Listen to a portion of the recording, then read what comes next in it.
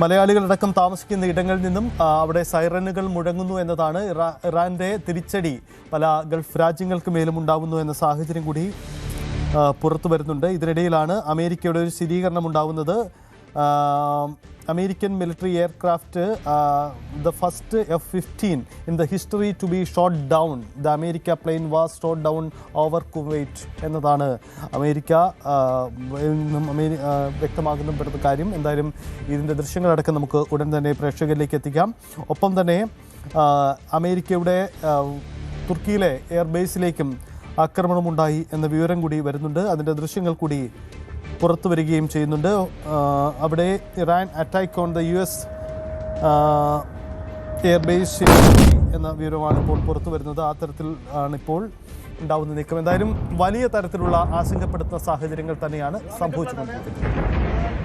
Evet, şu an çatışmalar bir hayli şiddetlendi. Çok yoğun atışlar. Türkiye Amerikan Airbase'deki നടത്താക്രമത്തിന്റെ ആ ദൃശ്യങ്ങളാണ്. Maksut'ta çatışmaların bir hayli şiddetlendiğini tanıklık ediyoruz şu dakikalarda. Duman yükseliyor. Hemen şuraya bakın. Vurulmuş. Az önce yapılan atışlarda atılan o havan mermisi işte bu noktaya düştü ve şu an yoğun duman bu noktada aynı zamanda şiddetli çatışmaları yaşandığını da ifade ediyoruz.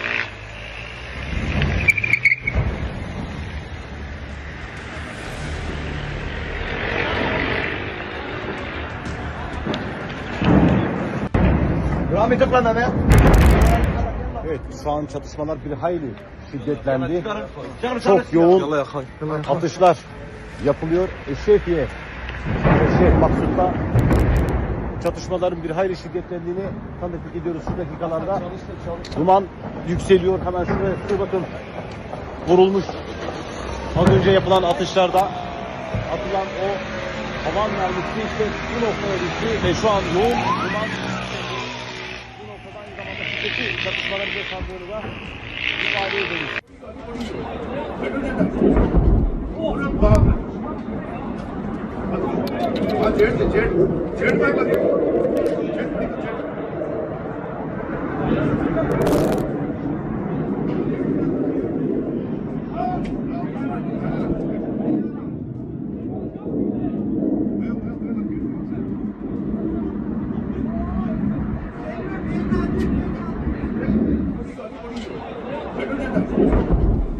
പ്രേക്ഷകർ ഇപ്പോൾ കാണുന്ന ദൃശ്യങ്ങൾ അമേരിക്കയുടെ F-15 യുദ്ധവിമാനം Iran വെടിവെച്ചിട്ട ദൃശ്യങ്ങളാണ്. Kuwait സിറ്റിക്ക് മുന്നിൽ പറക്കുകയായിരുന്നു വിമാനത്തിന് നേരെ മിസൈൽ ആക്രമണം, ഇറാന്റെ മിസൈൽ ആക്രമണം. അത് തകർന്നു വീഴുന്ന ദൃശ്യങ്ങളാണ് ഇപ്പോൾ പ്രേക്ഷകർ കാണുന്നത്. ഇക്കാര്യം അമേരിക്ക തന്നെ സ്ഥിരീകരിച്ചു കഴിഞ്ഞു എന്ന പ്രധാനപ്പെട്ട കാര്യം കൂടിയുണ്ട്.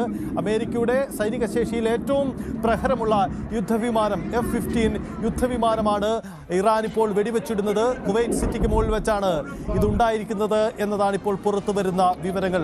അജയ് സുധ ബിജു ചേരുന്നു. അജയ്, ഇറാൻ തിരിച്ചടിക്കുന്നു എന്നതാണ് സാഹചര്യങ്ങൾ. വലിയ നാശനഷ്ടം ഉണ്ടാക്കുകയും ചെയ്യുന്നുണ്ട്. F-15 യുദ്ധവിമാനം തകർത്തിടുന്നു, ഇടിവെച്ചിടുന്നു മിസൈൽ ഉപയോഗിച്ചുകൊണ്ട്. ഒപ്പം തന്നെ അമേരിക്കയുടെ മറ്റ് എയർബേസുകൾക്ക് നേരെയും ഇറാൻ തിരിച്ചടിക്കുകയാണോ?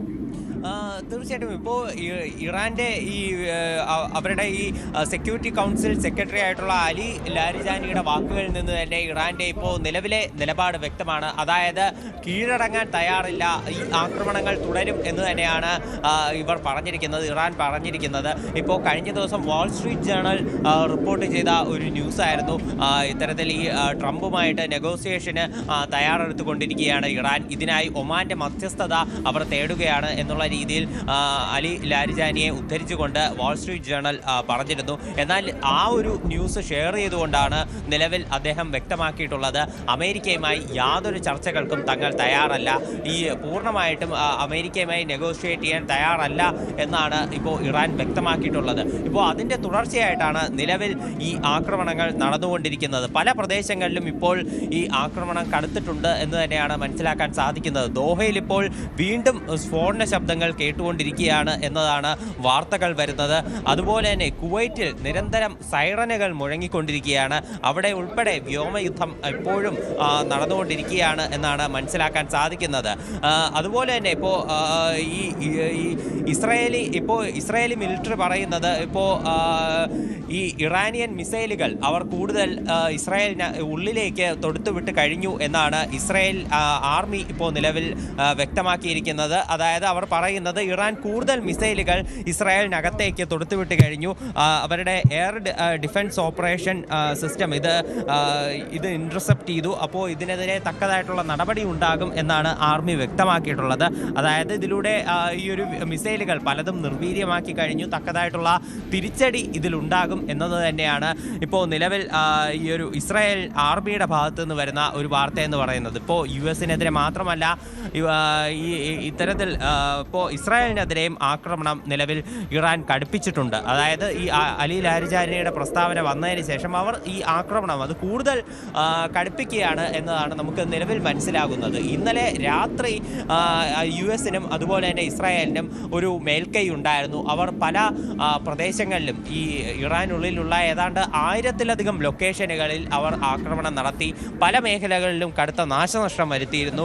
ടെഹ്റാനിൽ ഉൾപ്പെടെയുള്ള പല നിർണായകമായിട്ടുള്ള കെട്ടിടങ്ങൾ, അവരുടെ സർക്കാർ കെട്ടിടങ്ങൾ, പ്രധാനമായിട്ടും ഈ റേഡിയോ നിലയം, അതുപോലെ ടെലിവിഷൻ്റെ ആസ്ഥാനം, അവിടെയുള്ള ഒരു ടെഹ്റാനിൽ സ്ഥിതി ചെയ്യുന്ന ഒരു ഗാന്ധി ഹോസ്പിറ്റൽ, ഇവിടങ്ങളിലെല്ലാം ആക്രമണം നടത്തി ഇത് പൂർണ്ണമായിട്ട് നശിപ്പിക്കുന്ന ഒരു സ്ഥിതി ഉണ്ടായിരുന്നു. പക്ഷേ ഇപ്പോൾ ഇറാൻ അതിന് തിരിച്ചടി നൽകുന്നു എന്നത് വേണം നമുക്ക് മനസ്സിലാക്കാൻ. പക്ഷേ ഈ തിരിച്ചടി അത് എത്ര കാലയളവിൽ എങ്ങനെ തുടരും എന്നതാണ് വലിയൊരു ചോദ്യചിഹ്നം. അവിടെ ദുർബലമായിട്ടുള്ള ഒരു ഭരണകൂടവും അതുപോലെ തന്നെ ഈ ഒരു കൃത്യമായൊരു കോർഡിനേഷൻ ഇതിലില്ലാതെ ഇരിക്കുമ്പോൾ ഈ ആക്രമണം അത് എത്ര നാൾ മുന്നോട്ട് കൊണ്ടുപോകാൻ സാധിക്കും എന്നത് വലിയൊരു ചോദ്യമാണ്. ഈ ഇറാനും അതുപോലെ തന്നെ ഈ ഇറാഖും തമ്മിലുള്ള യുദ്ധം അത് പല വർഷങ്ങൾ നീണ്ടുപോയ ഒരു വലിയ പോരാട്ടമായിരുന്നു മുൻപ് നടന്നിരുന്നത്. അതുപോലെ ഇതൊരു ഇൻഫിനിറ്റി ആയിട്ട് നീളുമോ എന്നുള്ളതും ഒരു വലിയ സംശയമാണ്. അത് തീർച്ചയായിട്ടും ഈ ഒരു പശ്ചിമേഷ്യയെ പൂർണ്ണമായിട്ടും ആശങ്കയിലാഴ്ത്തുന്ന കാര്യം കൂടിയാണ്. മാത്രമല്ല ഈ US സൈനിക ബേസുകൾക്ക് നേരെ അമേരിക്കയിൽ നേരിട്ട് ഒരു പോരാട്ടം നടത്താൻ ഇറാനെ കൊണ്ടൊരിക്കലും സാധിക്കില്ല. ഈ ദൂരം ഉൾപ്പെടെയുള്ള പല പ്രതിസന്ധികളുണ്ട്. ഇറാന് അത്തരം ഒരു ദീർഘദൂര മിസൈൽ ഇതുവരെ ഡെവലപ്പ് ചെയ്തെടുക്കാൻ സാധിച്ചില്ല. അത്തരമൊരു മിസൈൽ ഡെവലപ്മെന്റിന്റെ ഒരു പ്രാഥമിക ഘട്ടത്തിൽ ഇരിക്കുകയായിരുന്നു ഇത്തരത്തിൽ US-ന്റെ ശക്തമായിട്ടുള്ള ഒരു ആക്രമണം എന്ന് പറയുന്നത്. അപ്പോൾ ഈ നേരിട്ടടിക്കാൻ കഴിയാത്തത് കൊണ്ട് ഈ പശ്ചിമേഷ്യയിലെ മുഴുവൻ രാജ്യങ്ങളെയും ആശങ്കയിലാഴ്ത്തുന്ന ഒരു പോരാട്ടമാണ് നിലവിൽ ഇറാൻ നടത്തിക്കൊണ്ടിരിക്കുന്നത്. ശരി, എന്തായാലും അജയ്, നമുക്ക് തിരികെ വരാം, വിശദമായി നോക്കാം. ഇപ്പോൾ F-15 അമേരിക്കയുടെ യുദ്ധവിമാനം വെടിവെച്ചിടുന്നു ഇറാൻ. ഒപ്പം അതിന്റെ കൂടുതൽ ദൃശ്യങ്ങളും പുറത്തു വന്നിട്ടുണ്ട്. നമുക്ക് അതിലേക്ക് വിശദമായി കടന്നു വരാം ഒരു ചെറിയ ഇടവേളയ്ക്ക് ശേഷം.